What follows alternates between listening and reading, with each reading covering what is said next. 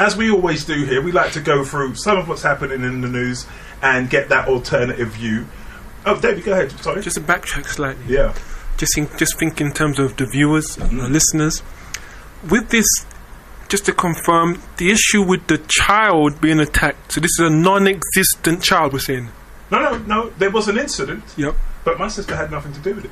Yeah, just clearing that up to my head. So, so there was an incident. Yep. I'm speaking for you. Yeah, I was bitten. I'd set up an activity, and that particular child was in my group because his behavior was so unpredictable that the TAs didn't want to work with him, so he was at my table. And the activity included a red squeezy ball, and he kept picking it up and, playing with it. And I didn't know whether at any stage he would throw it across the table and injuring another child. So I rolled it off the table while I was talking, and he got up and held my hand and bit it, drawing blood.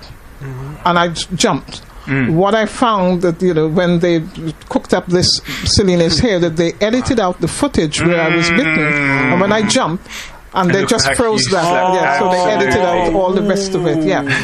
So, and I don't know if I've actually said, but Kay, we'll get to it in a bit. But Kay's actually gone to court, fought this whole thing, and as much as it went into the newspapers, with as much detail as they just gave, no one's gone back to talk about them cooking the footage. No one's gone back to say that she's been fully exonerated. No one's gone back to say that this is absolute madness. No one's come back with any money to say, well, okay, sorry for holding up your school and destroying the work that you did up to a point, so let us repair the damage. No, it's just absolutely moved on. Yes, just to jump in very quickly, this is the importance of one of the areas of the think tank, which is the media, because we need our own news gathering agency, which is first and foremost, and then to collate all of the African owned outlets, because as you have that videotape and all that information, you see, where we're in a reactionary position, even if we speak with European press, we're merely reacting to what the ground that they've set. And it's like saying, it's like you going and talking about Constantine and saying there's no white Jesus, he created it, and that it's an oxymoron. You cannot prove something that didn't happen. So when you have the evidence and you've got the organisational skills from your own news gathering agency to African-owned press, you counter their stories, and then you represent us in a human light. So all of these institutions are very necessary. And what we start to see is that there's an ecosystem that needs to be had. And not to hold up the mic, but one thing that you said that was very interesting is that you didn't have that correlation, interdependent relationship with the business community. The whole point of the ecosystem is that you have a chambers of commerce, which is economically underpinning the community. But please, go ahead. They said you didn't have that, but you did actually have that. That's right. That's right. They actually said that, but the school was set up with those links in place. We'd already had. But you see, sometimes the funding, our money, which I'll go into further in the show, is out there. There is capital that we have, which is so vast, which is not virtual, that we're going to take back next year in April, that will finance all of this. All right, hold on, save that. We'll be coming back to that. I'll make a note and I will come back to that with you. As I was saying, but I mean, it's an organic show, so we go where we go. But today happens to be is it the 68th or 69th? Well, it's not today. Wednesday gone was, so it's this week. Okay. It was the 69th anniversary of the birth of Fred Hampton, who was the leader of the Illinois Chicago chapter of the Black Panther Party. And I just wanted, because sometimes we generally start, but because we had you two, I really wanted you to just lay out the beginning so people knew what they was coming to. We generally start with something of the news and what's happening for the week.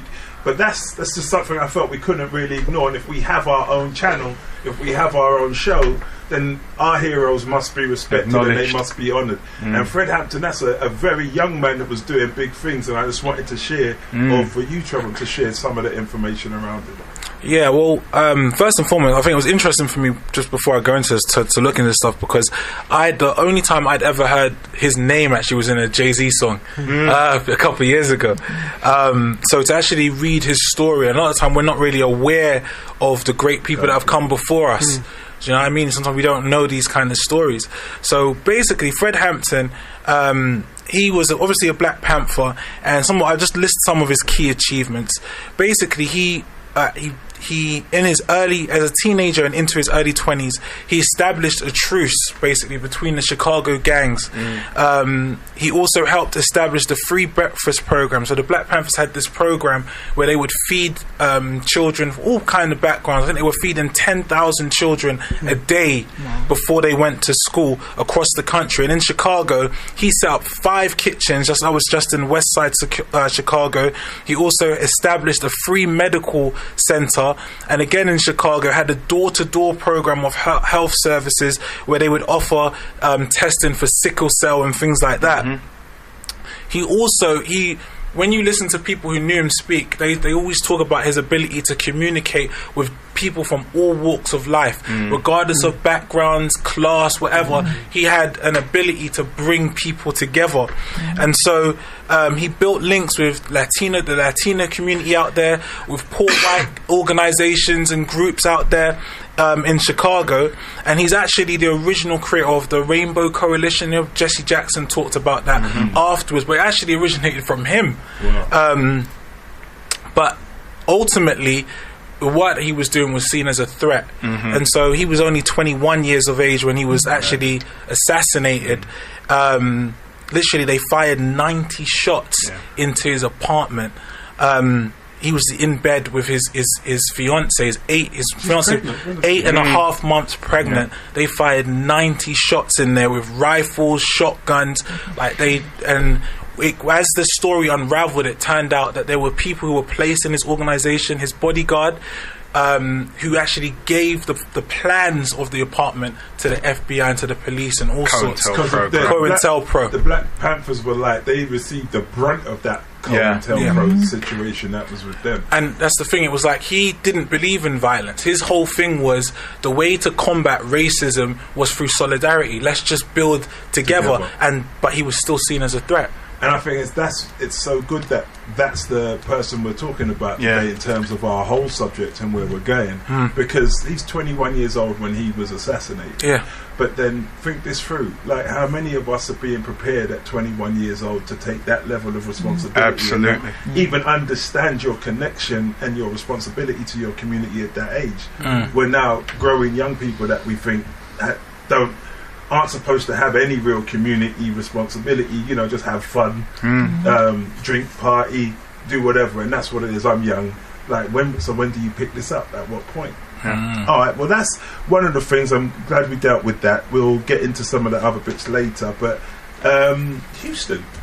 No, we didn't really speak about it too much last week. We've got the floods and stuff. I mean, if I'm honest, I did not focus a lot on it this week. I know there was some upset in terms of the way President Trump handled it, but to be honest, President Trump could, sequel to Bush. Whatever happens, everyone's always going to be upset because that's his MO. His MO is going to always rile people up.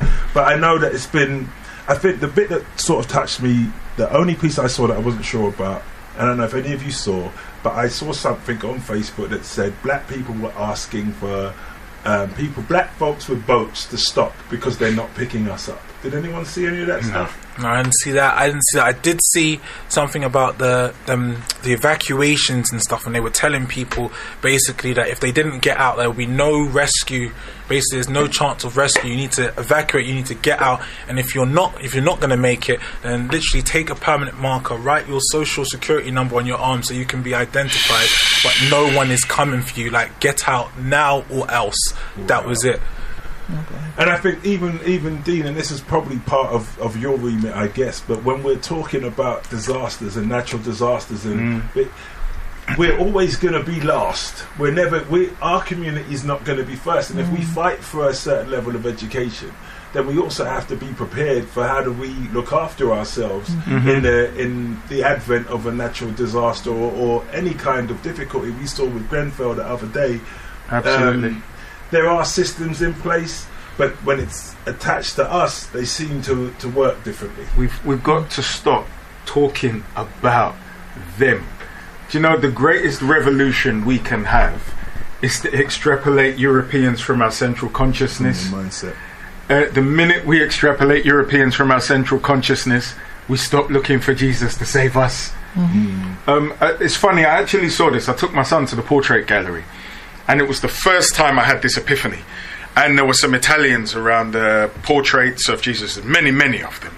They were so excited. And I saw it. I said, wow. I thought they were actually celebrating Jesus. They're not. They're celebrating themselves. And they have sold it to us. And we have purchased it wholesale. Wow. So we cannot get past, and we keep asking. So I'm not a marcher, but I went down as an observational exercise to the reparations march because I wanted to hear the rhetoric and I wanted to hear what was coming out of it. This is the march from Brixton. Absolutely. So I caught them at Kenneton. I left my shop and I caught them at Kenneton. I lived in Kenneton, Ethelred Estate, for 7 years when I was a young man. And I walked with them to Parliament Square. And I said, it's all based on begging and expectation. So you give them these pieces of paper with names that they wipe their backsides with and have no respect for, that you have no tangible outcomes from, when you have a form of reparation that I'll go into later. But the whole point being is that we are our saviours. All these legislation exist.